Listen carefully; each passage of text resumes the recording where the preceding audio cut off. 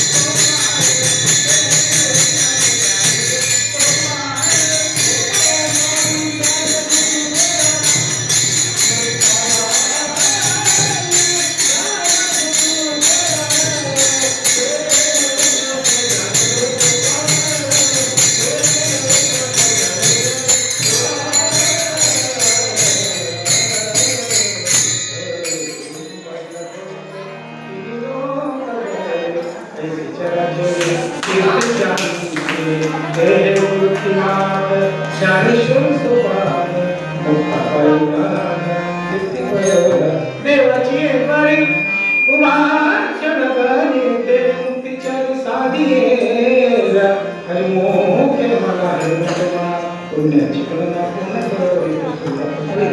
रामसेवकाचा गायलेला अभंग हरिपाठातील पहिला अभंगाच्या सेवेसाठी घेतलेला अत्यंत सोपा पाठांतरातील सर्व ज्यांना हा अभंग पाठणे ते वारकरी ज्यांना हा अभंग पाठणे ते वारकरी नाही अशा उद्देशाने सर्वांच्या पाठांतराचा अभंग असावा याकरता उद्देशाने हा अभंग घेतला.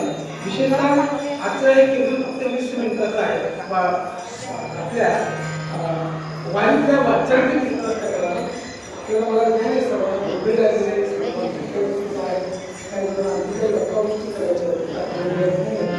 वारीमध्ये तुकोबारांचं म्हणणं असं आहे वारीमध्ये प्रपंचाच्या नको मदपाशी प्रपंचाच्या विषयी वारीमध्ये चिंतन करणं वारीमध्ये बोलणं नामे संसार करणं म्हणजे प्रत्यक्षामध्ये डोक्यावर कंट्रोल घेणं हे बरं का मनामध्ये संसाराचं चिंतन करणं म्हणजे संसार. म्हणून आजच्या अभंगात मला म्हणत आहे की देवाच्या द्वारामध्ये तुम्ही किती वर तुम्ही किती काम करताय चहा पिताय जेवण करताय हे सगळं करून तुम्ही जाताय.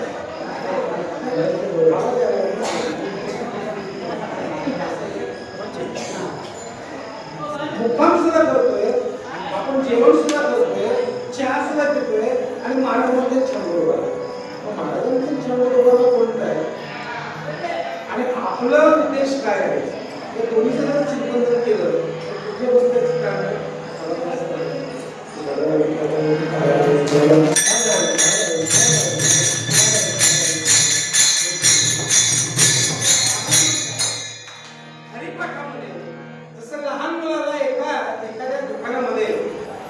काम सांगितलं एक पावलं साखर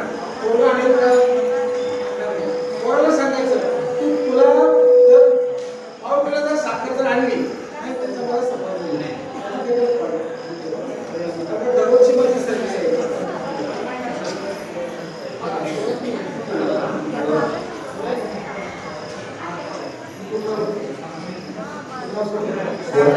मुलाला साखर सांगितलं मुलाला बरोबर आहे मुलाला सांगितलं तुला चॉकलेट देतो साखर मुलगा येते की नाही प्रपंचात हीच आहे की ज्ञानराज मौली सांगताय तुम्ही देवाच्या द्वारामध्ये 100 किलो मग काय म्हणतो सांगितलं माणसाला फलाची अपेक्षा आहे काय माणसाला फलाची अपेक्षा आहे. एक कसं करते का की मला मुलगा व्हावा मुलगा भरपूर शिकावा सुंदरी चांगली यावी नातवंड व्हावे तुला वाईट असं वाटतंय का परंतु हे सगळं आपण चिंतन संसाराचं करत असताना परमार्थामध्ये आपण प्रवेश केला काहीतरी 60 वर्षवारी करतात काहीतरी 10 वर्षवारी करतात काहीतरी 5 वर्षवारी करतात काहीतरी देऊळ बांधलेलं आहे त्याचा अमुक करून देवाची देव म्हणजे काय देव कसा असतो देवाचा परिचय काय देवाचा अस्तित्व काय देव कुठे राहतो हे समोर चिंतन करायचं असेल तर आपल्याला कळते. देवाचा द्वार म्हणजे नेमकं देवाचं द्वार आपण देवळाचे द्वार आपण देवळात आहे देवाचे नाही देवाचं द्वार त्याचं मुख्य असेल देवाचा अस्तित्व समजणे देवाचं वास्तव स्वरूप समजणे देवाचा परिचय करून घेणे आणि देवाच्या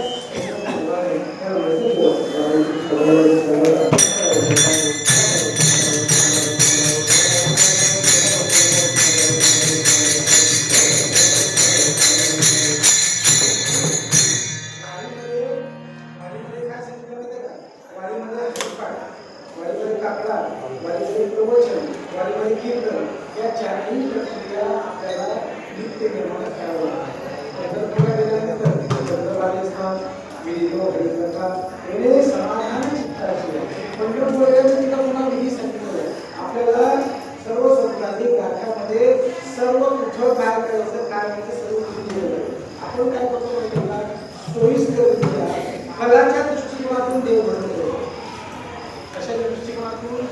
मी जर वाईला आलो तर पुढच्या वर्षी असं करेल. मला काय म्हणायचं आहे की काही गोष्टी प्रारब्धावर अवलंबून आहे, काही गोष्टी प्रयत्नावर अवलंबून. एवढं मात्र आहे, संसारामध्ये किती जरी प्रयत्न जरी केला तरी संसार संपत नाही. तो परमार्थामध्ये प्रयत्न केला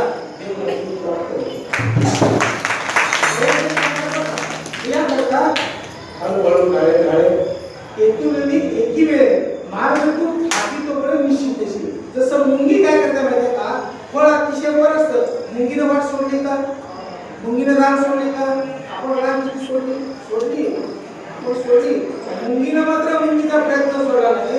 अरे मुंगी प्रयत्न सोडत नाही, आपण तरी 70-80 किलोचा आपण काय आहे गाडी आहे, आपण प्रयत्न सोडावा का. परमात्मामध्ये प्रयत्न देव भेटीचा असावा, परमात्मामध्ये प्रयत्न देव भेटीचा असावा. तो प्रयत्न असा अवलंबून असतो. आपलं कसं असतं म्हणजे कपाळावर दोन मुरमाळा चांगलं झोपलं ते काका पदाचं महाराज कसं काय भावाशी बोलत नाही, गावात विचारत नाही, आणि हे का परमात्मा म्हणायचं काय म्हणायचं माहिती का, संसारामध्ये जो यशस्वी होतो ना तो परमात्मामध्ये म्हणून या ठिकाणी लालूच दाखवलं. असोनी संसारी असोनी संसारी जीवे वेरू करे वेद शास्त्र प्रपंच सोडायला सांगितलं नाही. आपल्या जीवनामध्ये अनुकूल प्रतिकूल घटना का घडल्या हे सांगितलं. आपलं प्रारब्धाचा पाठ्यक्रम असेल तर नारायणाचं सुंदर प्रमाण एका जनार्दनी होत प्रारब्ध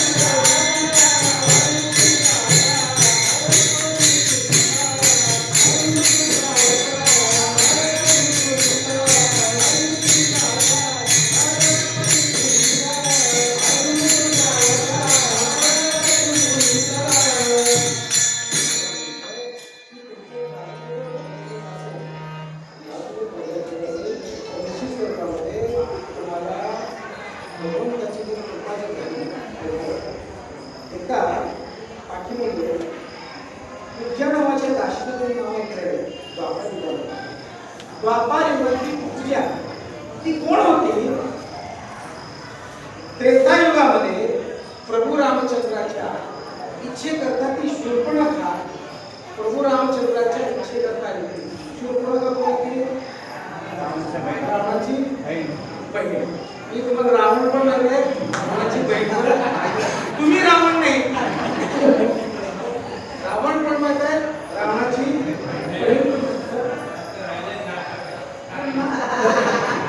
आता तिथे ज्या नाक कापलं ना, नाक कापल्यानंतर त्याला मनाशी पुढच्या जन्मामध्ये निश्चित जन्मामध्ये याला प्राप्त केल्याशिवाय सोडणार नाही.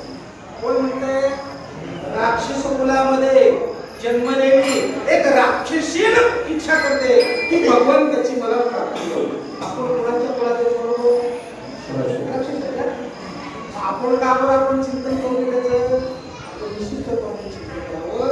आणि पुढच्या युगामध्ये जी कंसाला प्रतिनित्य गंधलेपन करायला द्यायची किती ठिकाणी होती, 2-4 ठिकाणी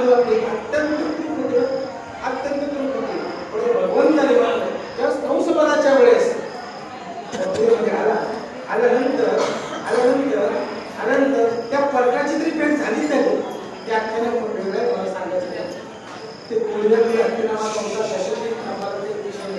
चालू गोष्टीचा मला विषय नाही, मला फक्त पुढच्याचा विषय की तुझ्या घरावर व्यवसायाला वगैरे करायची आणि भगवंताची त्याची भेट झाल्यानंतर ती मला वाट सुद्धा माहिती कुठे मला व्यवसायाला वगैरे पण करायचे माझी वेळ चुकेल कारण जवळून 10 मिनिटं आपल्याला संपवायचं ठरलेलं आपली वेळ चुकेल असं तिला असं वाटतं लगेच व्हायचं म्हटलं तुझी वेळ चुकणार नाही सोबत प्रत्यक्षामध्ये भगवान श्रीकृष्ण तू ज्याची अनेक युगापूर्वी इच्छा केली होती तो साक्षात भगवान परमात्मा आहे मग भगवान परमात्मा काय केलं का तिच्या पाहिलं पुन्हा होती त्यांचा उद्धार करायचा आहे त्याने काय करणार भगवान परमात्मा मनात घेतलं तर तो सोडत याचा मनात घेतलं तर सोडत नाही आणि एकदा जर तुमच्या पाठीला लागला तो तुम्हाला सोडत मोठे आल्या गेल्या जे तुम्हाला घडवून टाकतो भजन लागलं की बायकोला विचारता तू येत काय करायचं बायकोला विचारतो परमात्मा करतो भजनाला येतो भजनाचा स्वर आला त्या तुमची संसारची बंधनं तोडायला लागतात आणि भजनाची त्याला म्हणतो आणि म्हणून येतो की एका मागे ती म्हणते सोडा मला कृष्णाला सोडा मला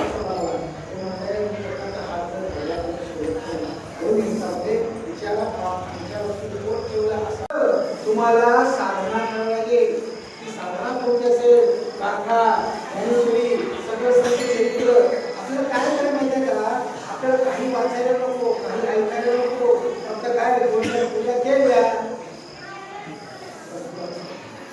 परमार्थ हा समजून घ्यावा आणि तो करावा स्वैर परमार्थ करून स्वैर म्हणजे जसं दिसत एका सोडण्याची गोष्ट एकदा जावई सापडली गेला आणि नेमकी तो वाचून संप्रदायाचा होता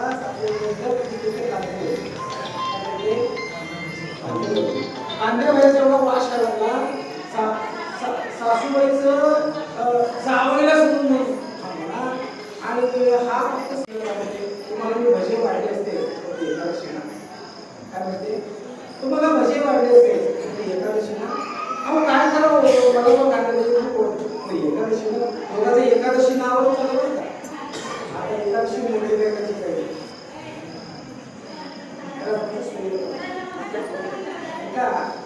ठाकूरबाबांच्या आश्रमामध्ये घोडा होता ऐकावं सुंदर ठाकूरबाबा महाराजांच्या आश्रमामध्ये घोडा होता तो घोडा दररोज चेंजिंग खायचा कोणा सांगायला मी घोडा थोडा हरभरे खायचा बरं का भिजवलेले हरभरे खायचा आणि भिजवलेला हरभरे त्या समोर ठेवला की तुला लगेच खायचा ती एका दिवशी हरभरा खातो एका हरभरे खात होता कोणा सांगायला मी घोड्याचं सांगायला घोडा हरभरा खात नव्हता आणि नेमकं जर 2 एकादशी आल्या भागवत आणि स्मार्थ एकादशी कोणती करायची आता निघाले मोबाईल घड्याळ कॅलेंडर नव्हतं ते काय करायचं माहिती आहे का घोड्यासमोर घोडा जर हरभरा हुंगला समजायचं आज एकादशी नाही जर हुंगला तर नाही अजिबात एकदा बघितलं नाही समजायचं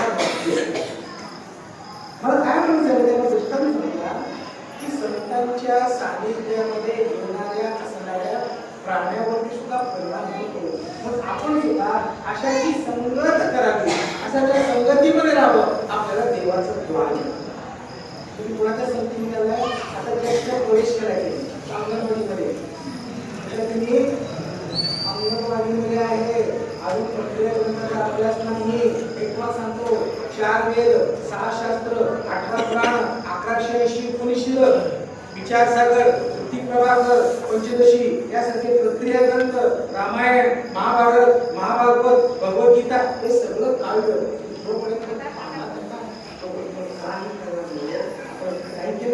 आपण काय केलं माहिती आहे का वारी आली चांगलंच आहे खरा सुरुवात आहे त्यामुळं तुम्ही त्याच्याकडे बघता एकच बघा देवाच्याकडे जात असताना तुम्हाला कर्म मार्ग उपासना मार्ग आहे योग मार्ग आहे भक्ती मार्ग आहे अनेक 4 मार्ग आहेत ते 4 पैकी सर्वात सोपा भक्ती मार्ग. कर्म मार्गामध्ये खूप अवघड आहे.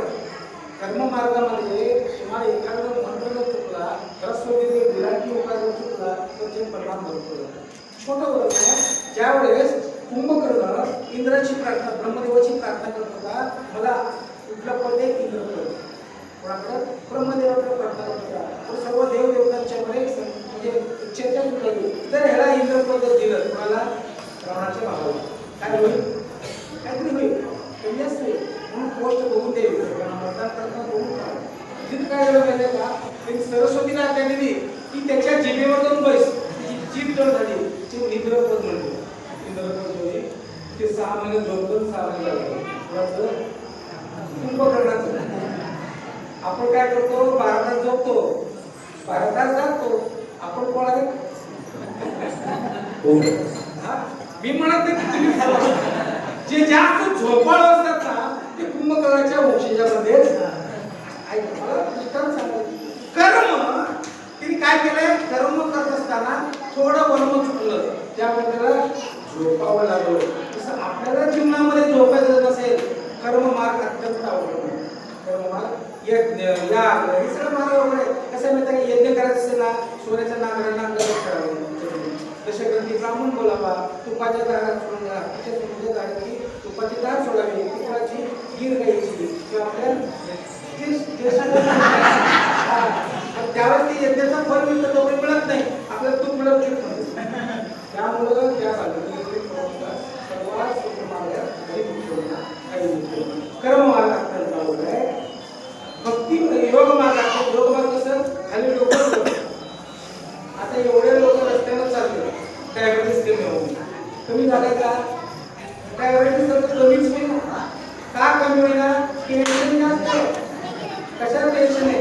नवरात्र टेन्शन, नवरात्र बोला टेन्शन, जागेचं बोला टेन्शन, नवरा पाण्याला टेन्शन, टेन्शन, मला इकडून सर पुढे बसणार टेन्शन. तुम्ही लाज सोडा, थोडं सरकून बसणार की राहिले. आपल्या सर्व शरीराच्या आपल्या इंद्रियावरती नियंत्रण केलं पाहिजे. आपले इंद्रिय स्वैर पाळायला असतं. कसं दिवशी पाणी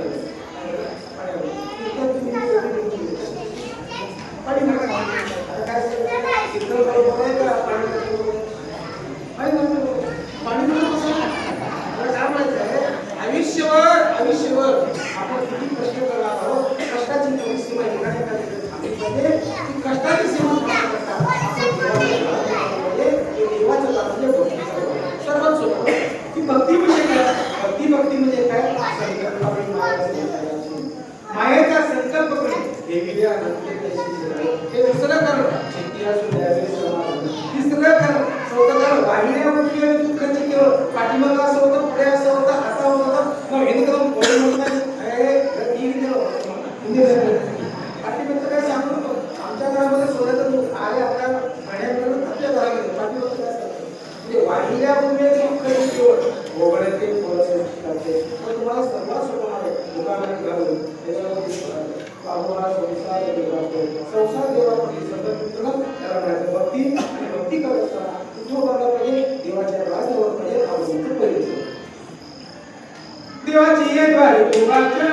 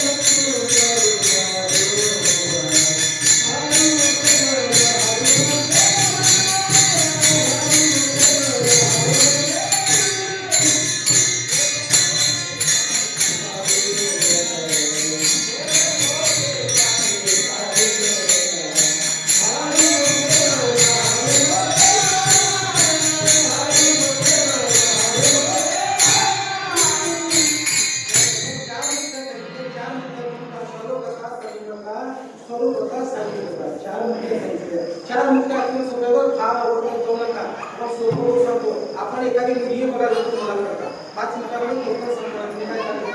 आपण मुलगी जर बघायला गेलो तिथं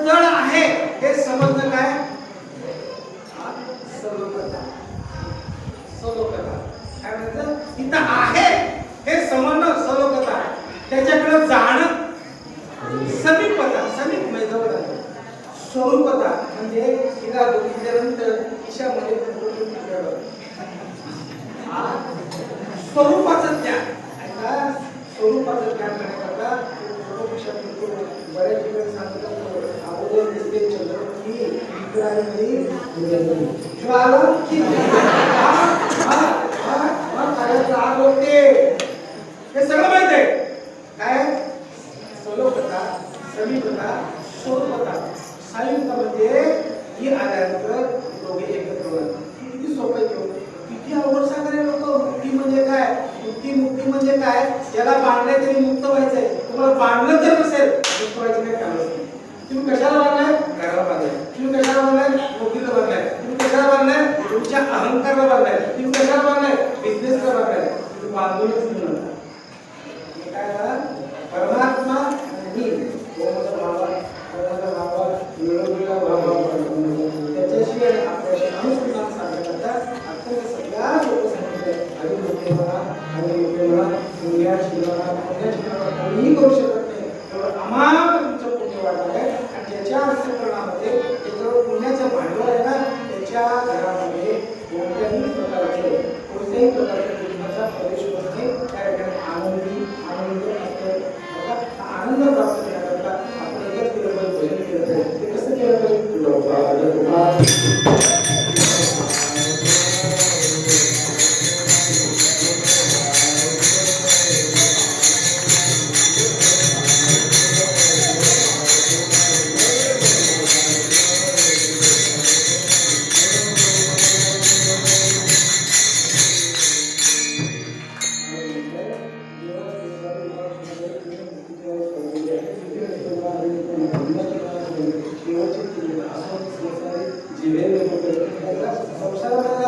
भांडे करताना म्हणा काय म्हणतात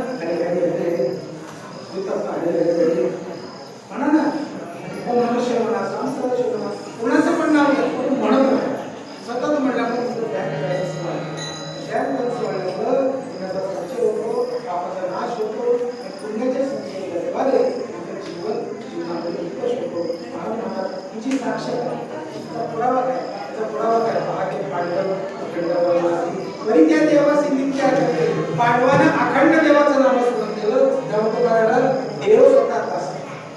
अर्जुनाचा रथ हाकला कोणी, भगवान देवांवरती अद्भुत प्रेम भक्ताचे, हे सारख्य पण पालकाचे हे सारख्य पण पालकाचे पैतू असे. म्हणजे अर्जुनावर नाम आपण स्वतः घरामध्ये चाळीच्या ताटात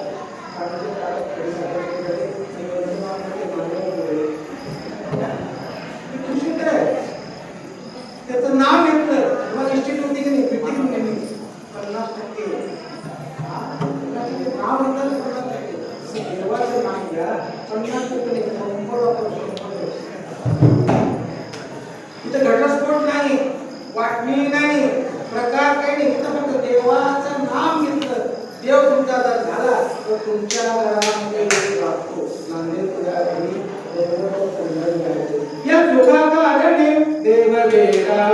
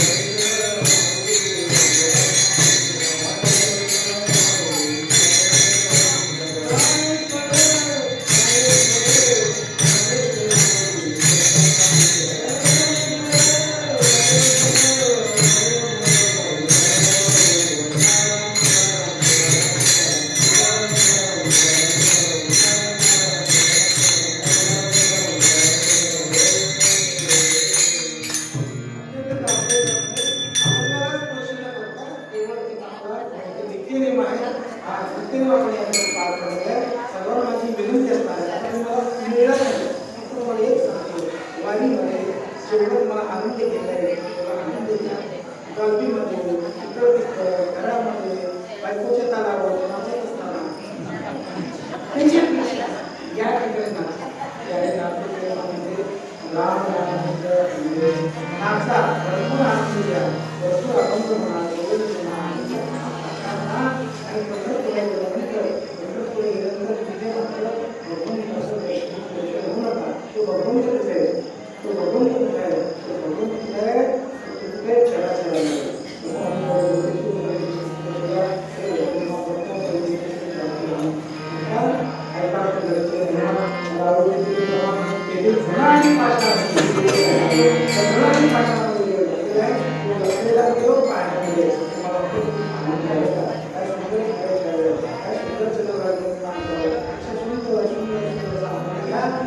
आनंद आनंद म्हणजे परमानंद परमानंद म्हणजे परमात्म्याची प्राप्ती जीवनामध्ये सदैव असावी अशी सदिच्छा